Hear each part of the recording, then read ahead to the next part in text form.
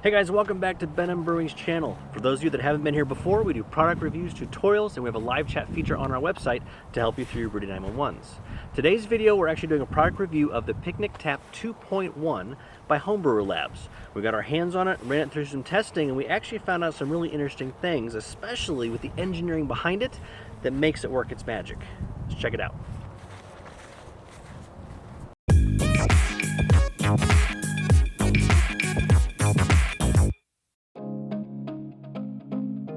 Let's talk about the Picnic Tap 2.1 and how it differs from other options that are out on the market, because there's some claims they make with this that are seem to be a little far-fetched, and we did put some of that through the test, so let's talk about it. So one of the claims with the Picnic Tap 2.1 is that when you shut off the faucet, it does not drip. In our testing, we actually found that to be true.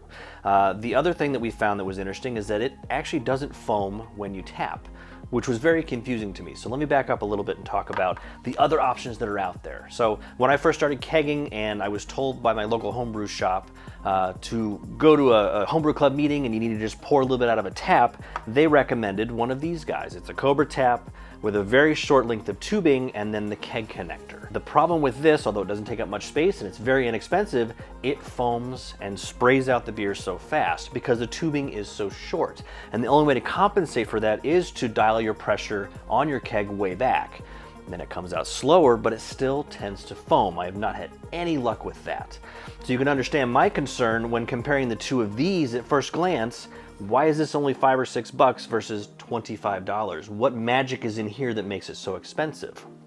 The other option that a lot of people use is kind of the same configuration where you have the Cobra tap and the keg connector, the keg connector on it, and then you have like 6 feet of hose. Now the hose, of course, helps to provide some pressure on the carbonated beverage so it doesn't foam as much. Now, for me, 6 feet of tubing, it does come out a little bit slower, but it still tends to foam and I still have issues. So once again, how in the heck does this thing supposedly pour without foam? So the magic with this Picnic Tap is inside of this tiny neck in between the faucet and the keg connector is actually a white coil of plastic. It's food grade plastic, but it is plastic nonetheless. What it does is it actually creates the same amount of pressure that an 8-foot long beer line would produce. That slows the beer down and keeps it from gushing out and all the carbonation coming out. I was shocked the first time I poured with this because it actually does work. When it comes shooting out of your regular Picnic Tap or even out of your 6-foot beer line tap, it came out gently, quickly, not too slow, and actually filled the glass with minimal foam. It was absolutely incredible, and I had no idea that you could cram that much resistance into like an inch and a half bit of space. So the other neat thing with this Picnic Tap, because it has that 8 feet of resistance in the neck of the Picnic Tap, it's really calibrated for beers up to a pressure about 15 psi. If you start to go over that, you will start to encounter some foaming issues. Lower than that, it's okay. It just will come out a little bit slower than you probably want. What's really nice about it is because it does come out so slow, not only are you filling your pints from the kegs without a lot of foam, but Homebrewer Lab also sells an attachment for filling growlers and bottles. So this just screws onto the tap itself. This goes in the bottom of your growler and you turn it on, and so you do a bottom-up fill. Great when you're grabbing stuff to take to a homebrew club meeting or you're going to a barbecue and want to just fill a couple bottles without dragging out all of your bottling equipment. This takes care of it for you. Let's talk about some of the use cases for the Picnic Tap. When I first got this and was using it, I honestly didn't think it was something that I'd be able to use in my arsenal. There wasn't a whole lot I could do with it. It's actually extremely handy. As I mentioned before, this is calibrated to 15 psi, which, as luck would have it, is also typically what temperature most brewers will pressure ferment at, that 1 bar, 15 psi threshold.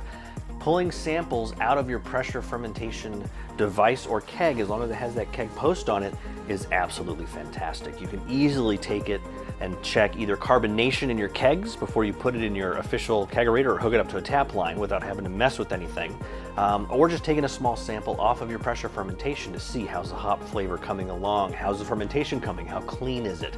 It really has been invaluable. The other thing that makes this almost like a dynamic duo, and check out our review below on the Float It 2.0, which is a product we love. When you pair the picnic tap up with the Float It 2.0, not only are you able to take samples very easily and cleanly, but that first draw out of this tap isn't just a bunch of crud. Your first pour is clean. So even at the height of fermentation or just past and your beer still hasn't quite settled out, you can take a sample in combination with these two things that is relatively clear. It's going to be cloudy. I mean, it's still fermenting, but you're not gonna get a bunch of the crud that's floating at the top. It really helps you get a good clean sample for either your hydrometer or your taste buds, your glass. All right, let's talk about my final thoughts on the Picnic Tap 2.1. So as I said before, honestly, when I first saw it and got it, I wasn't thinking they would have much use for it. But to be honest, I found it to be an absolutely invaluable Swiss Army knife for brewing. There's so many different ways that I've been able to use it in my brewery, and especially when it comes to bottling or kegging. I have a bottle filling counter pressure filler. I have a growler filler that goes onto my tap.